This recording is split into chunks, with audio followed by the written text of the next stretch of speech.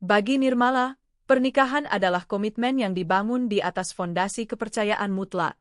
Sebagai seorang manajer keuangan di perusahaan multinasional yang terbiasa dengan analisis risiko, ia bukanlah tipe istri posesif yang gemar merazia ponsel pasangan. Bagi Nirmala, jika seseorang berniat khianat, pengawasan seketat apapun tidak akan bisa mencegahnya. Namun, intuisi seorang istri seringkali bekerja dengan cara yang misterius. Sinyal-sinyal halus itu mulai muncul sebulan terakhir. Perubahan itu merayap perlahan. Baskoro, yang biasanya meletakkan ponselnya sembarangan, tiba-tiba menjadi sangat protektif. Ponselnya kini selalu dalam genggaman atau diletakkan dengan layar menghadap ke bawah.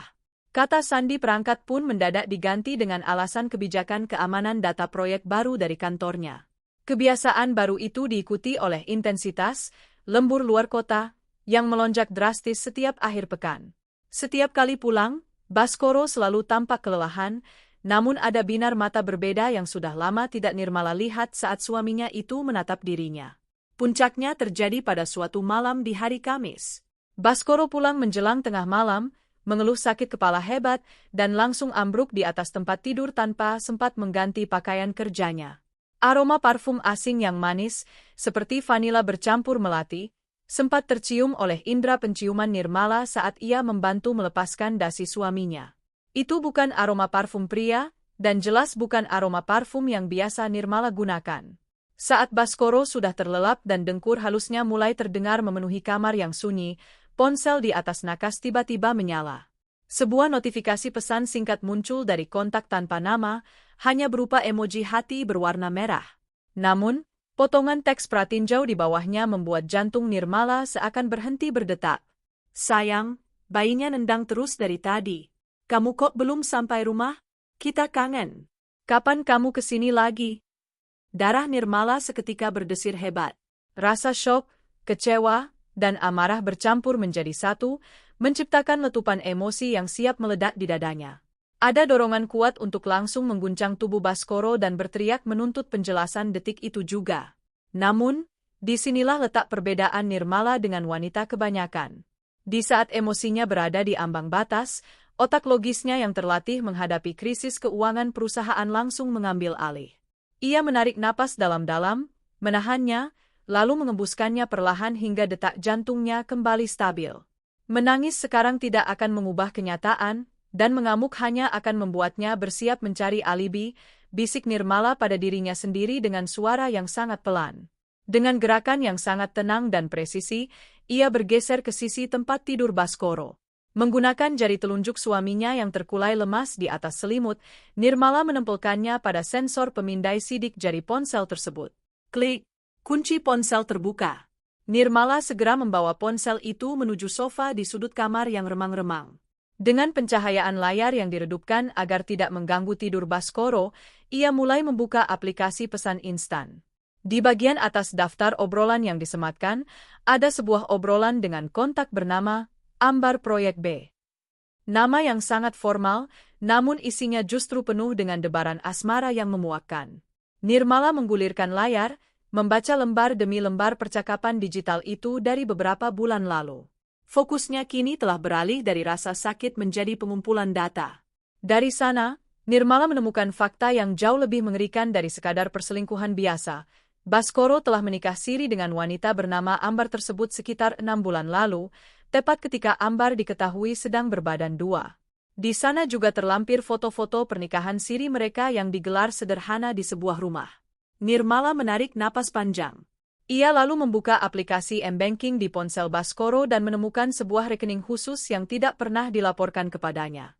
Rekening itu menunjukkan mutasi rutin setiap awal bulan, transferan uang dalam jumlah belasan juta rupiah dengan keterangan, uang bulanan rumah, dan biaya dokter kandungan.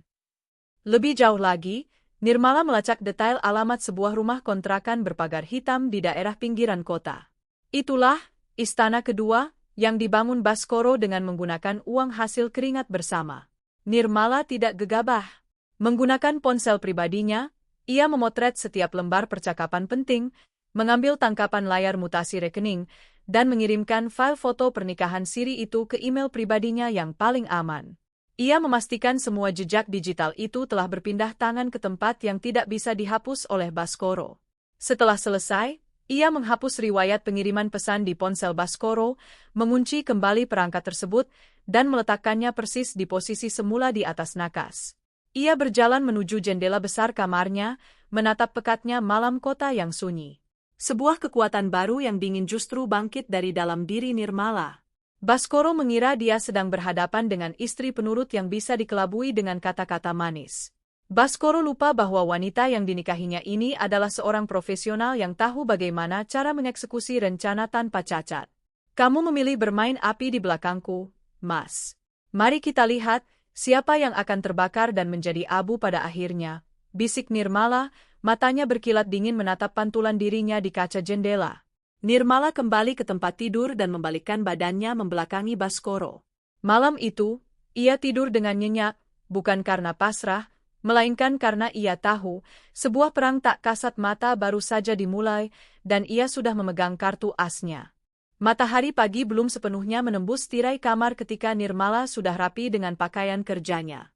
Di meja makan, ia menyajikan sarapan seperti biasa, lengkap dengan kopi hitam kesukaan Baskoro. Ketika Baskoro terbangun dengan sisa sakit kepala dan menyapa dengan kecupan di kening, Nirmala menyambutnya dengan senyuman hangat tanpa celah. Tidak ada ganjalan di suaranya, tidak ada kilat amarah di matanya. Baskoro sama sekali tidak menyadari bahwa perempuan di hadapannya ini telah menggenggam seluruh borok hidupnya sejak semalam. Begitu suaminya berangkat kerja, topeng keramahan itu langsung tanggal. Nirmala melangkah masuk ke ruang kerjanya di rumah, menghidupkan laptop, dan mulai memetakan aset mereka. Sebagai seorang manajer keuangan, ia tahu betul bahwa emosi adalah musuh utama dalam sebuah krisis. Jika ia ingin menang, ia harus mengamankan logistik terlebih dahulu. Nirmala membuka berkas-berkas kepemilikan harta mereka. Sejak awal menikah, atas saran mendiang ayahnya, hampir seluruh aset besar memang sengaja didaftarkan atas nama Nirmala.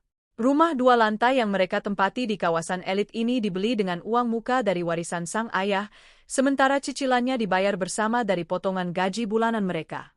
Begitu pula dengan 2 unit mobil yang terparkir di garasi. Untunglah aku tidak pernah naif dalam urusan legalitas, gumam Nirmala sembari mencetak salinan sertifikat rumah dan BPKB kendaraan. Langkah taktis pertama dimulai. Nirmala segera mendatangi bank tempat mereka membuka rekening bersama, joint account. Rekening itu awalnya digunakan untuk dana darurat dan tabungan masa depan.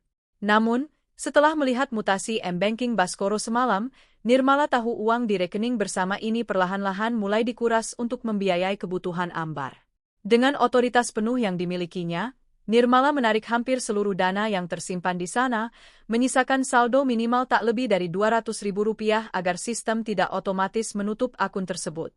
Dana ratusan juta itu langsung ia pindahkan ke rekening pribadi baru yang tidak pernah diketahui oleh Baskoro.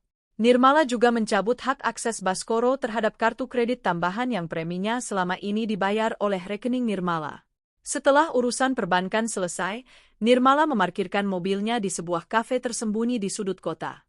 Ia memiliki janji temu dengan seseorang yang kontaknya ia dapatkan dari rekomendasi salah satu kolega bisnis terpercayanya, seorang penyelidik swasta bernama Bayangan. Seorang pria paruh baya berpakaian kasual dengan topi pet duduk di pojok kafe, menyesap kopi hitamnya. Nirmala menghampiri dan langsung duduk di hadapannya tanpa basa-basi.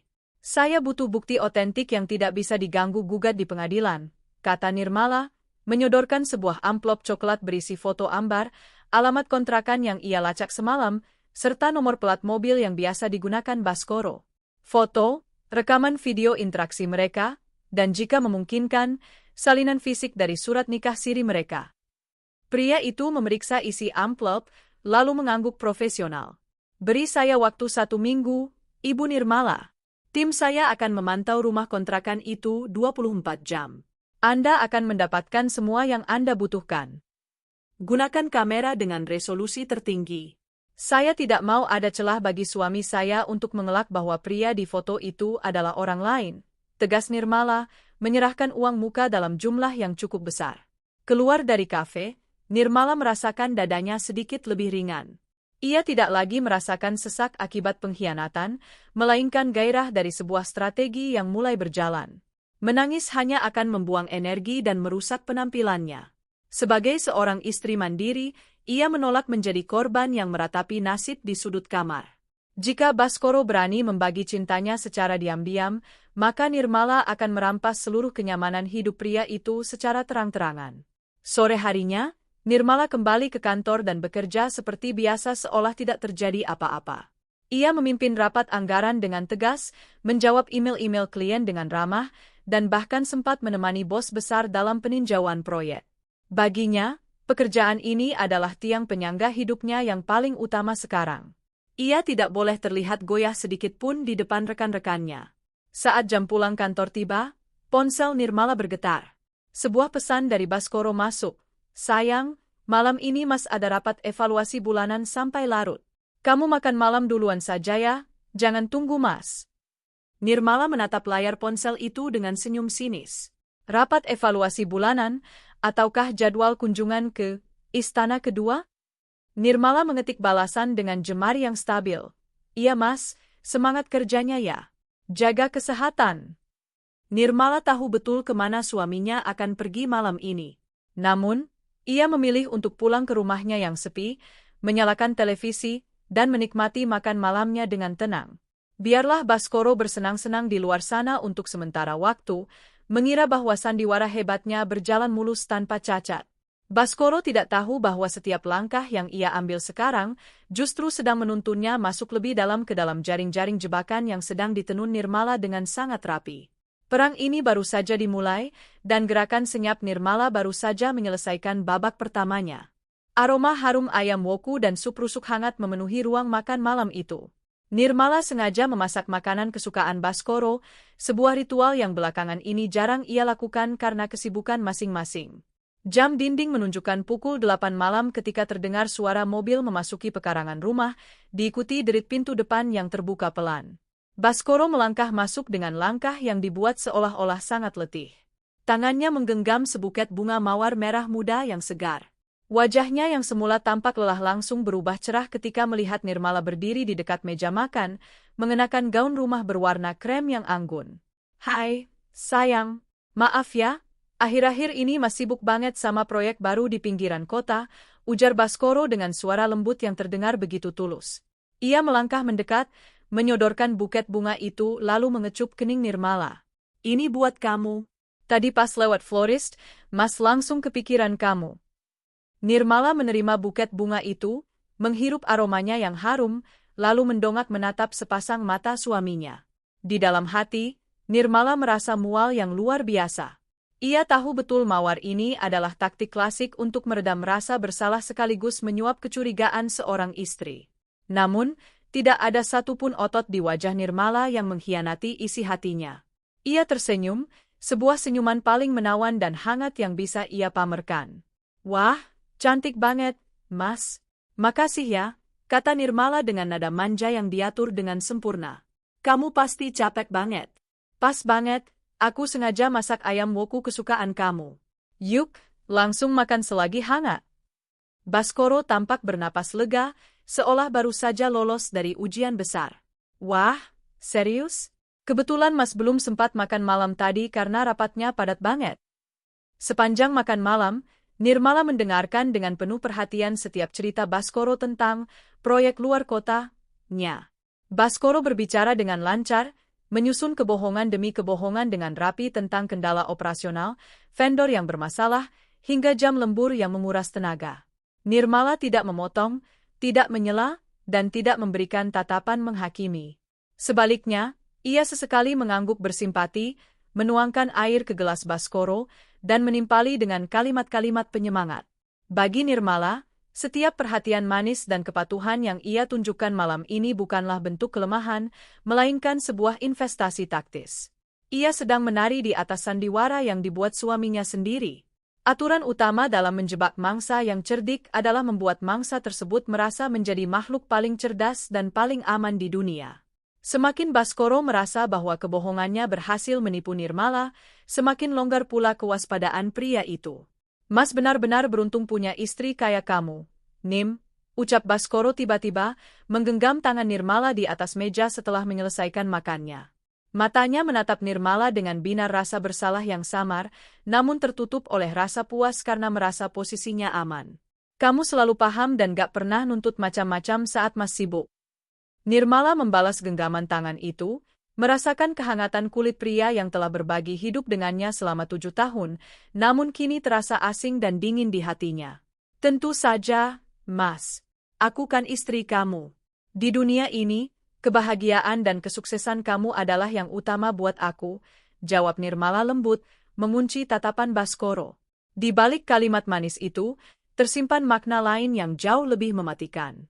Ya, kesuksesanmu untuk masuk ke dalam lubang kehancuran yang sedang kusiapkan. Nirmala membiarkan Baskoro menikmati rasa percaya diri yang melambung tinggi. Ia membiarkan suaminya tidur malam itu dengan nyenyak, merasa telah berhasil menjadi pria beristri dua yang paling lihai. Sementara itu, Nirmala berbaring di sampingnya dalam kegelapan, menatap langit-langit kamar dengan pikiran yang terus berputar tajam. Langkah demi langkah dalam rencana besarnya berjalan sesuai jadwal. Baskoro sudah benar-benar lengah, dan kini saatnya Nirmala mulai memasang umpan berikutnya. Pukul 2 siang, sebuah notifikasi surat elektronik masuk ke akun email rahasia milik Nirmala. Pengirimnya adalah si penyelidik bayangan. Di dalam email tersebut terlampir sebuah file PDF terenkripsi seberat 50 megabita. Dengan tangan yang stabil, Nirmala memasukkan kata sandi dan membuka dokumen yang akan menguliti kehidupan wanita yang telah merebut suaminya. Laporan itu menyajikan profil lengkap seorang perempuan bernama Ambarwati, berusia 27 tahun. Dari riwayat latar belakangnya, Ambar tidak memiliki pekerjaan tetap sejak 2 tahun lalu. Ia adalah tipe wanita yang sangat bergantung pada sokongan finansial pria untuk menopang gaya hidupnya. Yang paling menarik bagi Nirmala adalah analisis psikologis perilaku Ambar di dunia maya yang berhasil dibongkar oleh tim penyelidik. Haus pengakuan sosial, gumam Nirmala saat membaca lembar demi lembar rangkuman aktivitas digital Ambar. Meskipun Ambar mengunci akun-akun media sosial utamanya menjadi mode privat, penyelidik swasta Nirmala berhasil menembus dinding pertahanan tersebut menggunakan akun tiruan. Di sana, Ambar kerap memamerkan kemewahan yang ia nikmati. Ada foto Ambar sedang menjinjing tas desainer di sebuah pusat perbelanjaan, makan malam romantis di restoran bintang 5 dengan siluet tangan Baskoro yang sengaja diperlihatkan sebagian, hingga foto kunci mobil baru yang preminya dibayar dari keringat Baskoro, atau lebih tepatnya, disubsidi oleh uang keluarga Nirmala. Ambar seolah ingin berteriak kepada dunia bahwa ia telah berhasil menundukkan seorang pria mapan, meskipun statusnya hanyalah istri siri yang disembunyikan di dalam rumah kontrakan berpagar hitam. Nirmala menyandarkan punggungnya ke kursi kerja. Alih-alih merasa emosional melihat foto-foto kemesraan suaminya, otak finansialnya justru melihat ini sebagai sebuah titik lemah yang fatal. Sifat Ambar yang impulsif, pamer, dan haus validasi adalah kombinasi sempurna untuk dijadikan senjata makan tuan. Orang yang sombong di media sosial biasanya sangat rapuh jika harga dirinya diusik di dunia nyata. Nirmala terus menggulirkan dokumen hingga ke halaman terakhir. Di sana ada tangkapan layar dari sebuah unggahan Instastory Ambar yang baru dibuat beberapa jam lalu. Foto itu memperlihatkan sebuah dekorasi pesta mini bernuansa pastel dengan teks, "Planning to most the month syukuran for our challenge. Can't wait for next month." Nirmala mengetukkan jemarinya di atas meja tempo demi tempo. Acara syukuran 7 bulanan kehamilan. Sebuah tradisi keluarga yang biasanya dihadiri oleh kerabat dekat, tetangga, dan teman-teman. Bagi wanita seperti Ambar, momen ini pasti akan dijadikan panggung pembuktian utama bahwa dirinya adalah ratu yang sah di kehidupan Baskoro, terlepas dari status siri mereka. Ambar pasti akan memaksa Baskoro untuk hadir secara penuh, berdiri di sampingnya di depan semua orang yang ia kenal. "Kau ingin sebuah panggung yang megah, Ambar?" Senyum sinis terukir di bibir Nirmala, matanya menatap tajam foto Ambar di layar laptop. "Akan kuberikan panggung paling megah dan tak terlupakan seumur hidupmu." Rencana besar yang tadinya masih berupa draft kasar di kepala Nirmala kini mulai terstruktur dengan sangat rapi dan presisi. Langkah satset berikutnya tidak lagi hanya melibatkan pengamanan aset atau pengumpulan bukti, melainkan mulai menarik Baskoro dan Ambar masuk ke dalam skenario eksekusi yang mematikan. Pesta itu tidak boleh digagalkan. Sebaliknya, pesta itu harus berjalan seideal mungkin sesuai impian Ambar, agar ketika tirai kebenaran dibuka, kejatuhan mereka akan terasa jauh lebih menyakitkan. Nirmala menutup laptopnya dengan pelan, bersiap untuk pulang dan mulai memasang umpan manis untuk suaminya malam ini.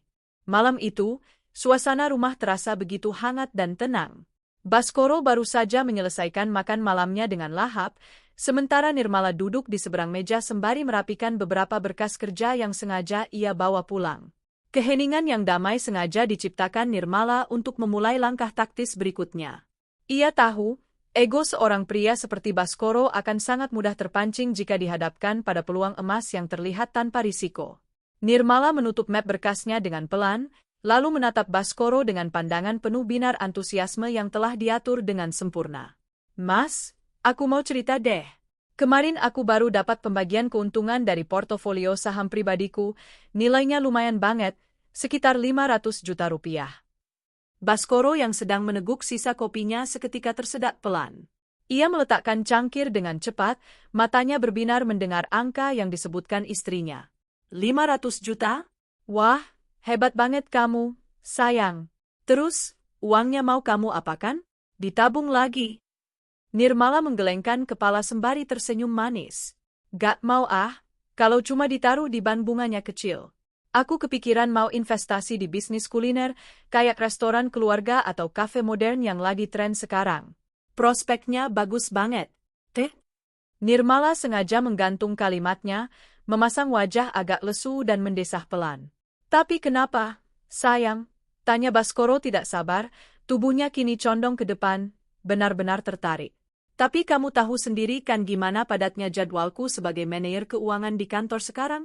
Aku gak akan sempat kalau harus urus operasional, cari vendor, dan mengawasi proyeknya dari nol, keluh Nirmala, menatap Baskoro dengan pandangan penuh harap. Makanya, aku kepikiran sesuatu. Mas kan manajer operasional yang hebat, pengalamanmu di bidang distribusi dan lapangan jauh lebih matang dari aku. Gimana kalau Mas saja yang pegang proyek restoran ini? Mas yang kelola semua dari awal sampai buka. Baskoro terdiam sejenak. Pikirannya langsung berputar hebat. Belakangan ini, tuntutan finansial dari Ambar semakin menjerat lehernya. Biaya sewa rumah kontrakan, perlengkapan bayi yang mahal, hingga gaya hidup Ambar yang menuntut kemewahan di media sosial mulai membuat tabungan rahasianya menipis. Tawaran Nirmala bagaikan air segar di gurun pasir. Mas yang pegang? Tapi kan itu uang kamu, Nim, ujar Baskoro, mencoba berakting sungkan demi menjaga harga dirinya. Ih, gak apa-apa dong, Mas. Kita kan suami istri. Lagian, biar Mas bisa bergerak bebas tanpa birokrasi, aku mau semua kontrak kerja, kerja sama vendor, dan legalitas usahanya atas nama kamu saja secara tunggal. Jadi Mas punya otoritas penuh sebagai pemilik di lapangan. Aku tinggal duduk manis sebagai investor pasif. Gimana? Umpan Nirmala, memberikan penawaran yang terlalu indah untuk ditolak. Mendengar bahwa seluruh legalitas dan nama kepemilikan akan ditimpakan atas namanya sendiri, kewaspadaan Baskoro runtuh seketika.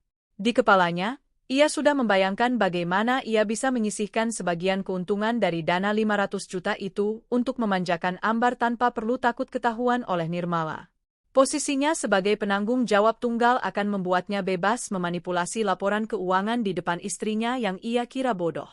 Kalau kamu memang sepercaya itu sama Mas, ya sudah, Mas siap bantu kelola. Mas janji gak akan mengecewakan kamu, sayang, ucap Baskoro dengan senyum lebar penuh kemenangan. Ia meraih tangan Nirmala dan menggenggamnya erat, merasa dirinya adalah pria paling beruntung dan cerdik di dunia. Makasih ya, Mas. Aku tahu aku selalu bisa mengandalkan kamu, jawab Nirmala lembut. Keesokan harinya, aksi satset Nirmala langsung berpindah ke kantor pengacara pribadinya. Dokumen-dokumen kontrak kerja sama yang diajukan kepada Baskoro malam itu bukanlah dokumen bisnis biasa. Pengacara Nirmala telah menyusun klausul hukum yang sangat ketat dan mengikat. Di dalam kontrak tersebut, Baskoro dinyatakan sebagai penanggung jawab tunggal secara hukum dan pribadi atas segala bentuk kerugian, utang piutang dengan vendor, dan kegagalan proyek. Jika proyek tersebut gagal atau bermasalah di tengah jalan, maka seluruh beban finansial dan tuntutan hukum akan jatuh sepenuhnya kepada Baskoro pribadi, tanpa melibatkan Nirmala sebagai investor. Ketika Baskoro menandatangani berkas-berkas tersebut di ruang kerja rumah mereka beberapa hari kemudian, ia bahkan tidak membaca detail pasal-pasal kecil di bagian belakang. Ia terlanjur silau oleh angka dana segar yang dijanjikan dan rasa aman yang semu. Dengan goresan pena itu, Baskoro secara sukarela memasukkan lehernya sendiri ke dalam tali gantungan finansial yang telah disiapkan Nirmala. Umpan manis telah ditelan bulat-bulat, dan kini saatnya Nirmala menarik jaringnya lebih rapat. 2 minggu menjelang acara syukuran 7 bulanan yang direncanakan Ambar, Nirmala mulai melancarkan strategi untuk menjauhkan diri secara fisik. Langkah ini krusial untuk memberikan ruang bagi Baskoro agar bertindak semakin berani dan ceroboh. Di meja makan saat sarapan, Nirmala sengaja meletakkan tabletnya yang menampilkan jadwal penerbangan keluar kota. "Mas, mulai Senin depan aku harus pergi keluar kota selama 1 minggu penuh," ujar Nirmala sembari mengoleskan selai pada roti panggang Baskoro. "Ada audit investigasi mendesak di kantor cabang Surabaya. Karena posisiku sebagai manajer keuangan, aku yang harus turun langsung memimpin tim." Baskoro yang sedang mengunyah rotinya seketika menghentikan gerakan rahangnya. Matanya berkedip beberapa kali, mencoba menyembunyikan letupan kegembiraan yang mendadak membuncah di dadanya. 1 minggu penuh tanpa pengawasan istri sah adalah sebuah kemerdekaan luar biasa yang tidak pernah ia bayangkan sebelumnya. "Oh, ya? Lama juga ya, sayang. Sampai seminggu," kata Baskoro, berusaha memasang wajah kecewa dan sedih yang dibuat-buat. "Pasti bakal sepi banget rumah ini tanpa kamu. Tapi ya mau bagaimana lagi, itu kan tanggung jawab pekerjaan kamu. Mas pasti bakal kangen banget." Nirmala tersenyum manis, mengagumi betapa fasihnya suaminya dalam bersandiwara. "Iya, Mas, aku juga pasti bakal kangen. Makanya, sebelum aku berangkat, aku mau minta tolong kamu buat jaga rumah baik-baik. Ya, jangan lupa kunci pintu pagar kalau malam." Hari keberangkatan tiba. Di bandara, Baskoro mengantar Nirmala hingga ke depan pintu keberangkatan domestik. Dengan penuh sandiwara, Baskoro memeluk erat istrinya, mengecup keningnya lama, dan melambaikan tangan dengan raut wajah berat seolah tidak rela ditinggalkan. "Mas, jaga diri baik-baik ya di rumah," ujar Nirmala lembut, mencium tangan Baskoro dengan takzim untuk terakhir kalinya sebagai seorang istri yang berbakti. "Kamu juga hati-hati di jalan ya, sayang. Jangan lupa kabari Mas kalau sudah sampai," balas Baskoro dengan senyum paling menawan. Begitu sosok Nirmala menghilang di balik pintu pemeriksaan bandara, senyum penuh kerinduan di wajah Baskoro langsung lenyap, berganti dengan seringai puas. Ia berbalik arah dengan langkah cepat, langsung merogoh ponselnya dan menghubungi Ambar. "Sayang, aman. Nirmala baru saja take off ke Surabaya untuk seminggu ke depan. Siap-siap, sore ini Mas jemput kamu. Kita menginap di rumah utama." Baskoro merasa berada di atas angin. Baginya, ini adalah kesempatan emas untuk membahagiakan Ambar yang selama ini sering mengeluh bosan tinggal di rumah kontrakan yang sempit. Ia ingin menunjukkan kepada istri sirinya itu bagaimana rasanya hidup di dalam rumah mewah berlantai 2 dengan fasilitas lengkap. Sore harinya, mobil Baskoro memasuki pekarangan rumah utama mereka. Ambar turun dari mobil dengan perutnya yang membuncit, menatap kagum pada arsitektur rumah megah milik Nirmala. Sepanjang beberapa hari ke depan, mereka berdua menikmati fasilitas rumah tersebut layaknya sepasang suami istri baru yang sah. Ambar memasak di dapur mewah Nirmala, bersantai di sofa ruang tengah, dan bahkan tidur di atas kasur empuk di kamar utama mereka. Namun, kegembiraan mereka yang meluap-luap membuat mereka buta dan tuli terhadap lingkungan sekitar. Baskoro dan Ambar sama sekali tidak menyadari keberadaan beberapa benda kecil berbentuk lensa hitam yang tersembunyi dengan sangat rapi di sudut-sudut strategis rumah, di balik bingkai foto ruang tamu, di sela-sela vas bunga ruang tengah, hingga di sudut atas lemari kamar utama. Aksi satset Nirmala sebelum berangkat ke bandara ternyata bukan berkemas pakaian, melainkan menyewa teknisi profesional untuk memasang kamera pengawas nirkabel, CCTV, beresolusi tinggi di setiap sudut dalam rumah. Semua rekaman audio dan visual dari perbuatan mesra Baskoro dan Ambar di dalam rumah tersebut terkirim secara real-time dan tersimpan rapi di dalam cloud storage rahasia milik pengacara Nirmala. Jauh di kota seberang, Nirmala duduk di dalam kamar hotelnya yang mewah.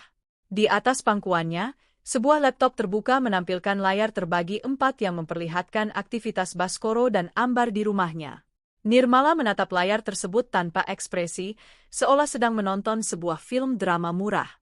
Setiap tawa, setiap pelukan, dan setiap jengkal pengkhianatan yang mereka lakukan di atas properti miliknya kini telah menjadi bukti digital yang mutlak dan tidak bisa dibantah. Nikmatilah sisa-sisa hari libur kalian di rumahku, bisik Nirmala dingin, sembari menyesap teh hangatnya. Tirai pertunjukan akan segera dibuka, dan kalian tidak akan pernah menduga akhir dari cerita ini. Hari yang dinanti-nanti oleh Ambar akhirnya tiba. Aula Hotel Bintang 3 di pinggiran kota itu telah disulap menjadi ruang pesta yang didominasi warna pastel, merah muda, dan emas. Balon-balon dekoratif berkelompok di setiap sudut, mengelilingi sebuah panggung kecil dengan papan latar bertuliskan, Tasyakuran 7 bulanan Little Angel. Ambar berdiri di dekat pintu masuk dengan gaun hamil berbahan brokat satin mewah yang dipesan khusus, menyapa beberapa kerabat, tetangga kontrakan, dan teman-teman arisannya dengan senyum yang tak pernah pudar. Ia merasa malam ini adalah puncak pembuktian eksistensinya. Di sampingnya, Baskoro berdiri dengan gagah mengenakan kemeja batik sarimbit yang coraknya serasi dengan gaun ambar. Meski sesekali matanya melirik ke arah pintu masuk dengan kecemasan yang samar, takut jika ada kolega kantor atau kenalan Nirmala yang lewat, Baskoro berhasil menepis rasa khawatir itu. Baginya, Nirmala masih berada di Surabaya untuk menyelesaikan urusan audit pasca investigasi, dan jadwal kepulangan istrinya itu baru lusa. Lagi pula, ia sudah mematikan fitur berbagi lokasi di ponselnya sejak pagi. Mas, makasih ya buat semuanya. Pesta ini bagus banget, Ambar bahagia banget malam ini, bisik Ambar manja sembari menggelayut di lengan Baskoro. Baskoro tersenyum, menepuk punggung tangan Ambar lembut. Sama-sama, sayang. Apapun buat kamu dan calon anak kita. Pembawa acara kemudian mengarahkan seluruh perhatian tamu ke panggung utama. Acara inti, sambutan dari kepala keluarga sekaligus pemotongan tumpeng sebagai simbol rasa syukur, akan segera dimulai. Baskoro dengan penuh percaya diri melangkah naik ke panggung, menuntun Ambar yang berjalan perlahan karena perutnya yang semakin membesar. Tepuk tangan riuh dari para tamu mengiringi langkah mereka. Baskoro menerima mikrofon dari pembawa acara. Di belakang mereka, sebuah layar proyektor besar berukuran 4x3 meter menyala, siap menampilkan kompilasi foto-foto USG 4 dimensi dan perjalanan kehamilan Ambar yang sudah disiapkan operator. Selamat malam Bapak, Ibu, dan rekan-rekan sekalian yang sudah menyempatkan hadir, suara Baskoro berwibawa memenuhi ruangan. Saya, sebagai suami dari Ambar, mengucapkan terima kasih yang sebesar-besarnya atas doa dan kehadirannya di acara syukuran 7 bulanan anak pertama kami. Suara dengung statis yang nyaring mendadak memotong kalimat Baskoro. Lampu-lampu utama aula hotel tiba-tiba meredup secara serentak, menyisakan pencahayaan panggung yang remang-remang. Suasana riuh para tamu seketika berubah menjadi gumaman bingung. Baskoro menoleh ke belakang, ke arah layar proyektor besar yang tiba-tiba berubah menjadi hitam pekat selama beberapa detik. Klik, layar proyektor itu kembali menyala, namun bukan menampilkan foto USG bayi seperti yang diharapkan. Layar itu justru menampilkan foto dokumen akta nikah resmi berskala besar dengan foto wajah Baskoro bersanding manis dengan Nirmala. Di bawahnya, tertulis jelas tanggal pernikahan mereka yang sudah menginjak usia 7 tahun. Para tamu mulai berbisik-bisik riuh. Wajah Baskoro seketika membeku. Belum sempat ia mencerna apa yang terjadi, tampilan layar berganti secara otomatis. Kali ini, layar menampilkan video kompilasi berdurasi pendek dengan kualitas Ultra HD. Itu adalah rekaman CCTV dari dalam rumah utama milik Nirmala. Di dalam video tersebut, terlihat jelas Baskoro dan Ambar sedang bermesraan di ruang tamu, memasak di dapur, hingga tidur bersama di kamar utama Nirmala. Kamar yang semua dekorasinya dibeli dari uang istri sahnya. Loh, itu kan rumah besar yang waktu itu kamu pamerkan di Instastory. Ambar, bisik salah satu teman arisan Ambar dengan suara yang cukup keras di barisan depan.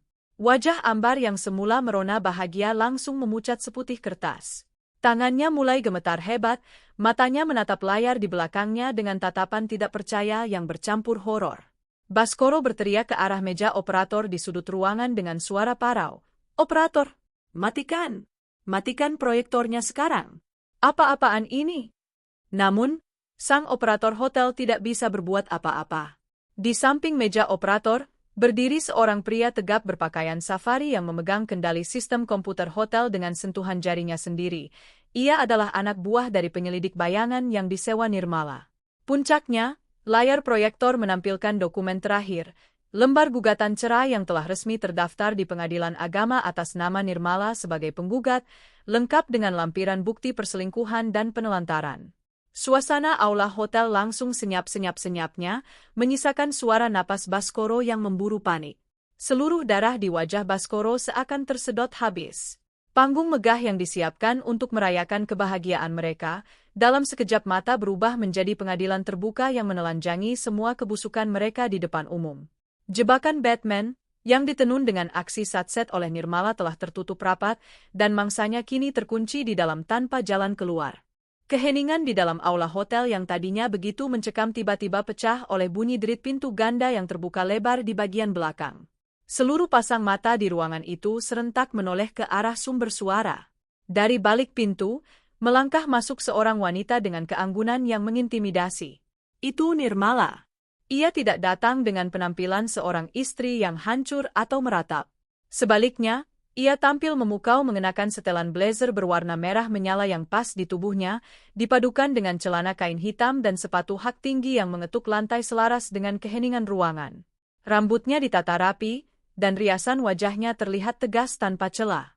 Di belakangnya, mengiringi dengan langkah formal, dua orang pria parubaya mengenakan setelan jas kelabu, tim pengacara pribadinya, serta seorang petugas kepolisian berseragam lengkap. Nirmala melangkah membelah barisan meja tamu yang membeku. Pandangannya lurus mengunci sepasang manusia yang masih berdiri mematung di atas panggung. Di tangannya, Nirmala menggenggam sebuah mikrofon nirkabel yang sengaja ia bawa sendiri dari luar. Acara yang luar biasa mewah, Mas Baskoro. Suara Nirmala bergema jernih melalui pengeras suara, memecah kesunyian aula. Nada suaranya begitu tenang, datar, namun syarat akan otoritas yang dingin. Ambar yang berada di atas panggung seketika menutup mulutnya dengan kedua tangan. Tangis histerisnya pecah saat melihat petugas kepolisian yang berdiri di belakang Nirmala. Sementara itu, Baskoro seolah baru saja dipaksa bangun dari mimpi buruk. Dengan lutut yang gemetar hebat, ia turun dari panggung dan berjalan setengah berlari menghampiri Nirmala. Nirmala, tolong, Nim.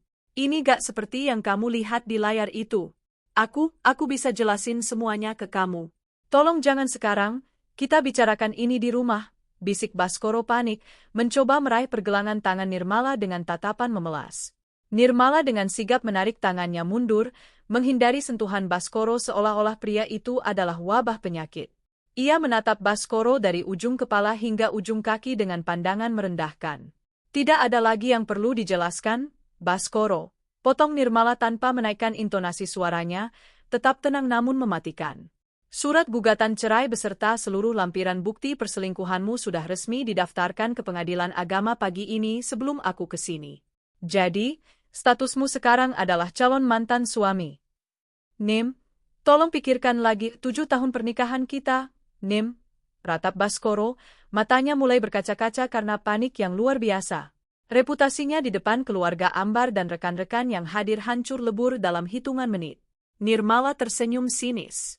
7 tahun itu berakhir sejak kamu memutuskan untuk membagi ranjang dan uang bulanan dengan wanita di atas panggung itu.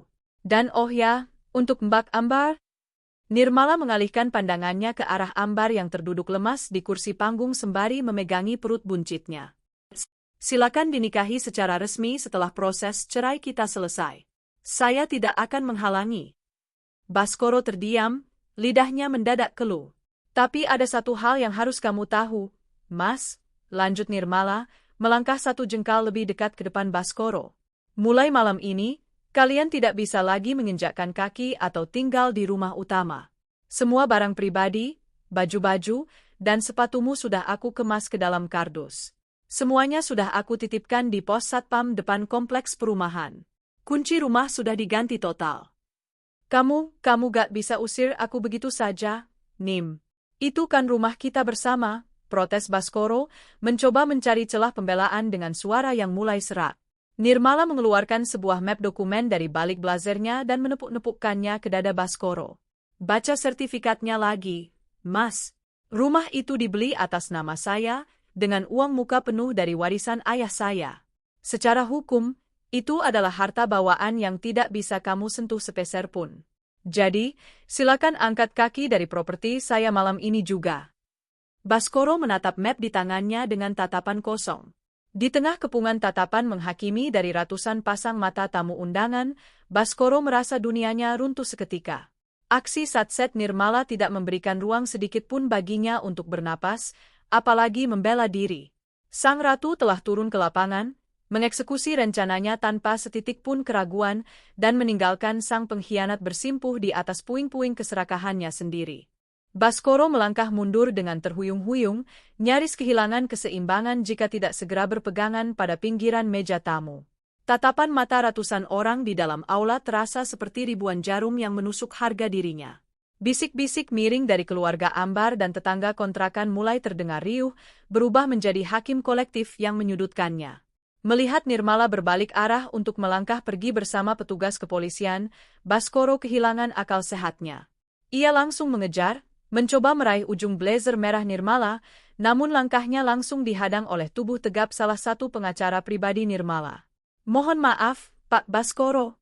Tolong jaga jarak Anda dari klien kami," ujar pengacara itu dengan suara bariton yang tegas, menatap Baskoro dengan pandangan formal yang dingin. "Minggir. Saya mau bicara sama istri saya," bentak Baskoro, mencoba menepis tangan sang pengacara dengan sisa-sisa keberaniannya yang sudah runtuh. Pengacara itu tidak bergeser sedikit pun. Sebaliknya, ia justru membuka tas koper kulit yang dibawanya, merogoh sebuah map dokumen tebal berlambang firma hukum mereka, lalu menyodorkannya tepat di depan dada Baskoro. "Ibu Nirmala sudah tidak memiliki urusan pribadi lagi dengan Anda. Namun, Anda masih memiliki urusan hukum yang sangat besar dengan firma kami terkait proyek restoran yang Anda tanda tangani 2 minggu lalu." Mendengar kata restoran, ingatan Baskoro seketika terlempar pada dokumen investasi 500 juta rupiah yang ia tanda tangani dengan penuh rasa jemawa di ruang kerja rumah mereka. Jantungnya kembali berdegup kencang dengan ritme yang tidak beraturan. "Maksudnya apa? Proyek itu kan investasi dari Nirmala," kata Baskoro, suaranya mulai bergetar panik. "Betul, Ibu Nirmala adalah investor pasif. Namun, silakan Anda baca kembali klausul pada pasal 7 ayat 3 dalam kontrak kerjasama yang telah Anda tanda tangani di atas meterai resmi," jelas sang pengacara sembari membuka lembaran dokumen dan menunjuk sebuah paragraf dengan ujung penanya. "Di sana dinyatakan secara eksplisit bahwa Anda, Bapak Baskoro, bertindak sebagai penanggung jawab tunggal secara hukum dan pribadi atas segala bentuk operasional, pengadaan vendor, dan pengelolaan dana." Baskoro menatap barisan kalimat hukum itu dengan mata membelalak. Huruf-huruf di kertas itu seakan menari-nari, mengonfirmasi kebodohannya sendiri yang tidak membaca detail pasal-pasal kecil sebelum menandatanganinya. "Firma hukum kami telah melakukan audit investigasi cepat terhadap vendor-vendor yang Anda tunjuk," lanjut pengacara itu tanpa belas kasihan. "Ternyata, sebagian besar dana investasi tersebut telah Anda alihkan secara sepihak untuk membiayai uang muka mobil baru, sewa rumah kontrakan atas nama saudari Ambar, serta pembelian barang-barang mewah lainnya yang tidak ada kaitannya dengan bisnis kuliner. Tindakan ini secara sah memenuhi unsur penggelapan dalam jabatan dan penipuan." Saya bisa ganti. Saya bisa urus restorannya sampai jalan," potong Baskoro, keringat dingin kini mengucur deras membasahi kemeja batik sarimbitnya. Sayangnya, proyek itu sudah resmi dibatalkan oleh pihak investor karena adanya pelanggaran kontrak yang berat. Berdasarkan hitungan kerugian real dan denda penalti, Anda wajib mengembalikan sisa dana beserta ganti rugi kepada klien kami sebesar 600 juta rupiah. Kami memberikan waktu 14 hari kerja sejak surat ini diterima untuk pelunasan penuh. Jika dalam waktu 2 minggu dana tersebut tidak masuk ke rekening klien kami, maka petugas kepolisian di belakang kami akan langsung menindaklanjuti laporan pidana ini ke jalur hukum. Pungkas sang pengacara dengan senyum formal yang mematikan. Baskoro lemas seketika. Kedua lututnya benar-benar kehilangan kekuatan untuk menopang berat tubuhnya. Ia terduduk pasrah di atas lantai aula hotel yang dingin, menjatuhkan map dokumen itu ke sampingnya. Dalam hitungan kurang dari 1 jam, hidupnya yang ia kira sempurna telah berbalik menjadi neraka. Ia kehilangan Nirmala yang mapan dan mandiri, kehilangan rumah mewah tempatnya berteduh selama ini, kehilangan reputasi di depan semua orang, dan kini ia terancam mendekam di balik jeruji besi akibat terlilit utang ratusan juta rupiah yang tidak mungkin bisa ia lunasi dengan gajinya sebagai manajer operasional biasa. Melihat suaminya ambruk tak berdaya di lantai, Ambar yang sejak tadi menangis histeris di atas panggung langsung turun dengan langkah tertatih-tatih. Namun, bukannya memberikan ketenangan atau pelukan hangat, Ambar justru memukuli bahu Baskoro dengan tas kecilnya. "Mas, apa-apaan ini, Mas? Kamu bilang kamu orang kaya. Kamu bilang rumah besar itu punya kamu. Kamu bilang masa depan aku sama anak ini bakal terjamin," teriak Ambar histeris, wajahnya penuh air mata yang merusak riasan cantiknya. "Terus sekarang gimana nasib aku? Kontrakan belum dibayar bulan depan. Aku mau melahirkan, Mas. Kamu bohongin aku ya?" Baskoro hanya bisa diam mematung, menutup wajahnya dengan kedua telapak tangan di tengah amukan istri sirinya dan jepretan kamera ponsel para tamu yang menonton kehancurannya. Aksi Satset Nirmala benar-benar telah merampas seluruh martabat dan sisa hidupnya tanpa menyisakan ruang sedikit pun bagi dirinya untuk membalas. 3 bulan berlalu sejak malam yang menghancurkan di aula hotel itu. Waktu berjalan begitu cepat bagi Nirmala, namun terasa seperti keabadian yang menyiksa bagi Baskoro. Proses perceraian mereka di pengadilan agama berjalan dengan sangat mulus, tanpa hambatan berarti. Dengan tumpukan bukti otentik yang diajukan oleh tim pengacara Nirmala, mulai dari salinan akta nikah siri, mutasi rekening rahasia, hingga rekaman video CCTV di rumah utama, hakim tidak membutuhkan waktu lama untuk mengambil keputusan. Baskoro mencoba segala cara untuk menuntut harta Gonogini, mengincar sebagian dari rumah mewah atau tabungan Nirmala demi bisa melunasi utang penaltinya. Namun, hukum berdiri tegak di pihak yang benar.